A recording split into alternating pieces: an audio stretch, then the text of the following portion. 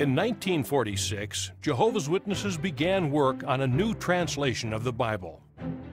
The Egyptian papyri, the Dead Sea Scrolls, and other recent archaeological findings helped make possible the full restoration of God's name.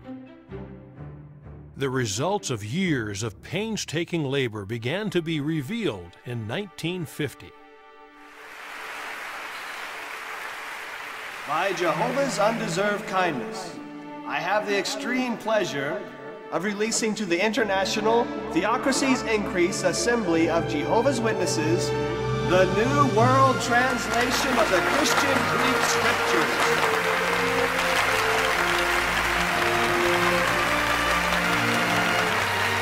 The New World Translation is the first to render the divine name consistently from Matthew to Revelation 237 times.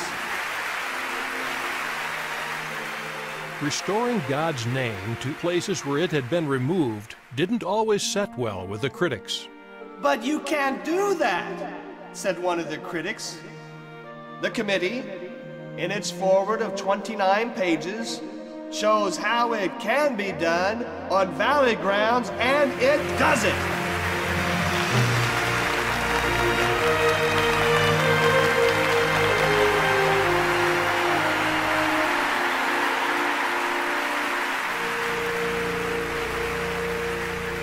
This was a group of Spirit-begotten men under the influence, and not inspired, but under the influence of Holy Spirit, love, respect, and reverence for the author, and they gave us this translation. See?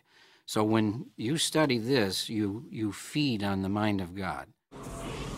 After World War II, nations were beginning to recover economically, but not spiritually or morally. Jehovah's Witnesses took steps to make sure their conduct was in harmony with the standards set forth in the Bible.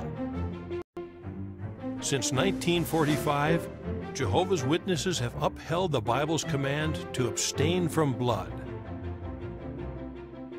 In the 1950s, though many were adopting a more tolerant view of sex outside of marriage, Jehovah's Witnesses held that such conduct should be shunned. And it was pointed out about that time that one could not be qualified to have a responsibility in the congregation if they hadn't a clean standing before God. Well, I remember some brothers were saying, oh, that'll never work, and we'll never have enough congregation overseers to do the job. But Brother Noah and the other responsible brothers determined that we were going to maintain Bible standards regardless of the consequences. Since 1952, Jehovah's Witnesses have adhered to the Bible teaching that those who practice conduct condemned by God should be disfellowshipped. Then in 1973, although many considered the use of tobacco to be a personal choice, Jehovah's Witnesses rejected it outright as a form of drug abuse. They were willing to uphold these scriptural standards even if it didn't win them any popularity.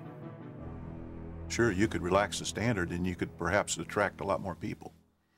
But Jehovah's never been primarily interested in numbers, but he's interested in quality of his worshipers.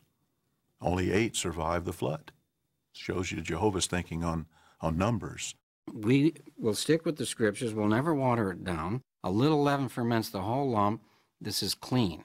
And when people come to the Kingdom Hall, we want them to feel confident that this is clean. Not just physically, but most importantly, spiritually clean.